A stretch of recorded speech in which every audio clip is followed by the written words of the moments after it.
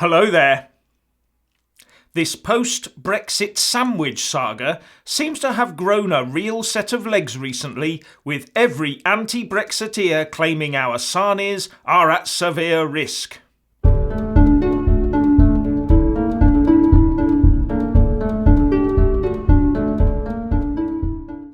According to a report in politico.eu, our humble sarnie is toast if we leave the EU on WTO terms. According to its report, we Brits buy 4 billion sandwiches a year from supermarkets alone, all stuffed full of fresh foreign produce. I don't think consumers understand how complex and global our industry is, said Jim Winship, director of the British Sandwich Association. If we crash out of Europe, we'd have problems even if only at border control, because our industry works on a fresh basis and our products have a low shelf life. Ingredients could rot in the docks before getting to us. Now, I thought I'd do a bit of research using my favourite search engine, and lo and behold, I found a Guardian report from 2013, when Brexit was just a twinkle in Nigel's eye. As ever, I've left a link to the piece in the description box below. The crux of it is that all our fresh stuff ain't so fresh. Apple, typical storage time 6 to 12 months.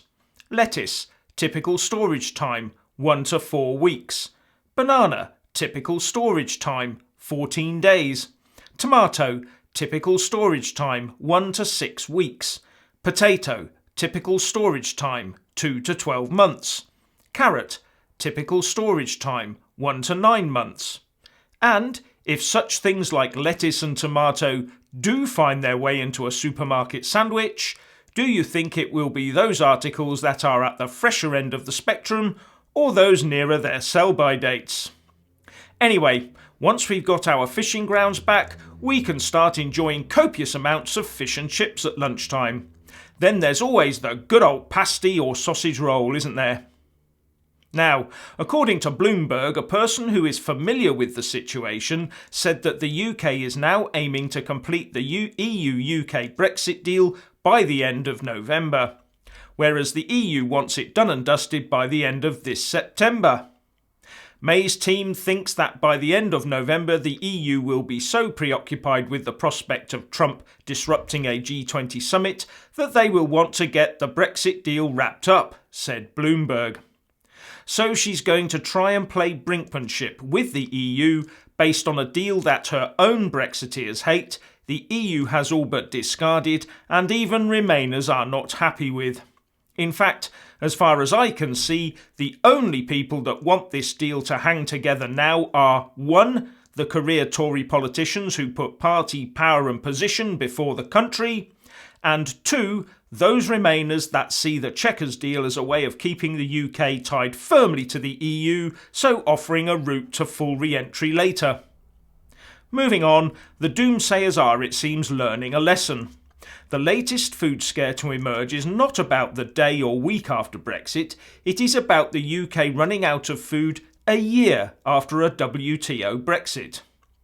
Britain would run out of food on this date next year if it cannot continue to easily import from the EU and elsewhere after Brexit, the National Farmers Union has warned, reports The Guardian. Isn't it typical of Remoaners to continually portray a no-deal WTO Brexit as a no-trade Brexit? It isn't. Trade will be done, and a way around all these problems the Remainers keep throwing up will be found, and found quickly when the chips are down. Why? Because the livelihoods of so many EU citizens rely on the UK buying their stuff. And as the Guardian article itself points out, 30 years ago the UK produced 74% of its own food, and that has now dropped to 60%. But also bear in mind that the population of the UK has, at the same time, increased by over 16%, which may explain some of the difference.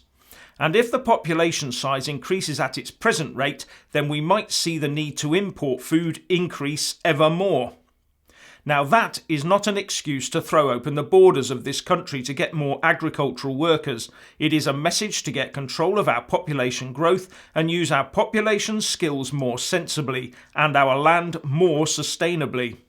Where is the logic in taking in more and more people to service an overstretched agricultural system and further erode our nation's food security, forcing us to rely ever more heavily on imported food?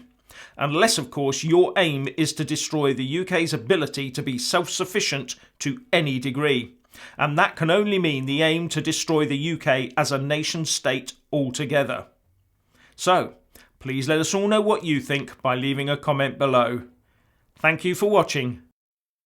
Please do like and share this video.